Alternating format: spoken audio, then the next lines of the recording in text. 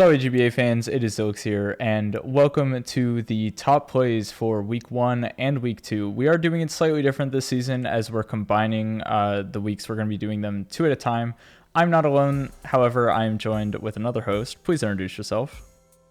Hello, my name is Ben, although most people generally know me as Hylian. I am a somewhat new Pokemon content creator. I got into the GBA because my main man, PokeMMD, recommended me. And now I'm here.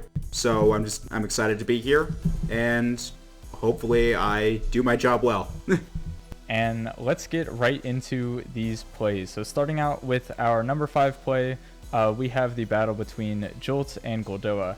Having already either weakened or fainted the majority of Goldoa's team, Jolt brings in his Zekrom, and right away he decides to set up a Tailwind against the Dialga.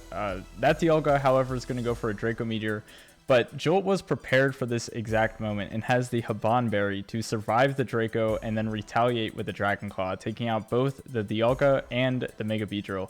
After the Tailwind peters out though, the Victini is going to knock out that Zekrom, but it's not going to matter because Jolt at this point has the Mega Aerodactyl ready to take that thing out, giving him the victory. Alright, on to play number 4. It has to go to Week 1, in which this is more of a series of plays, I should preface, if the Durham Drudikins versus the Pittsburgh Pichus. It all started when, on Darkrai versus Zygarde 50%, 6 begins with an Ice Beam, only to find out that the Pichus built their Zygarde 50% with a Yachi Berry, so it lived the Yachi Berry with just enough health so that at the end of the turn, we end up with a Zygarde 100% form.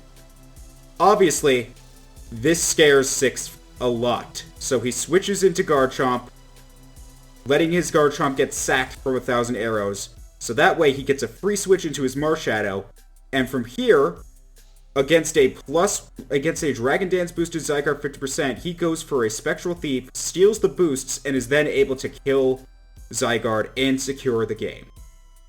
Moving on to the third play, we have from the matchup of Necrostevo and Kyle A. This play is more of a series of plays on how the Tentacruel was used in this matchup. Necrostevo used it consistently to set up Toxic Spikes against the Klefki, which was attempting to defog them away, but because the Tentacruel was able to Scald Burn the Klefki, that Klefki was going to be losing that war, and those Toxic Spikes did a lot for wearing down Kyle's team and played a key factor in Necrostevo's victory. On to play number 2.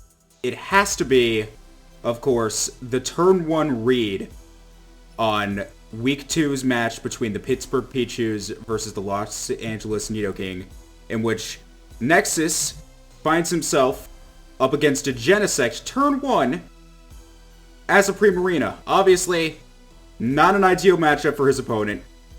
Predicting his opponent to switch, he spends a good minute just thinking, should he switch out or does he want to stay in and go for a Moonblast? And of course, it pays off because sure enough, his opponent switches into a Palkia, which nets him a free Oko with Moonblast, enough to secure him the game. Then moving to our top play of the 2 weeks, we have Full Guard Charizard. This battle was already heavily in favor for Necrostevo when he brought out his Fortress to Rapid Spin away these Stealth Rocks. It was at this point when Tom brings in his Lucario to attempt to sweep Necro's team by setting up a Swords Dance, but because Necrostevo was able to Rapid Spin away the rocks previously, it allowed for him to bring in his physically defensive Charizard to take 0 entry hazard damage and then survive against the Mega Lucario's +2 close combat and retaliate with a Fire Punch, which then opened up the door for his Xerneas to come in later in the match and clean up the game. So with that, that's going to be our top plays from weeks 1 and 2. Make sure you guys follow the GBA Twitter account, join the fan Discord, subscribe to the channel, all the coaches and analysts to stay updated on all things GBA. Do you have anything you'd like to say before wrapping things up? I think you've covered all the bases. All right. So with that, we will see you guys for week 3 and week 4 top plays next 2 Fridays from now. So see you guys then. Okay, thanks, bye.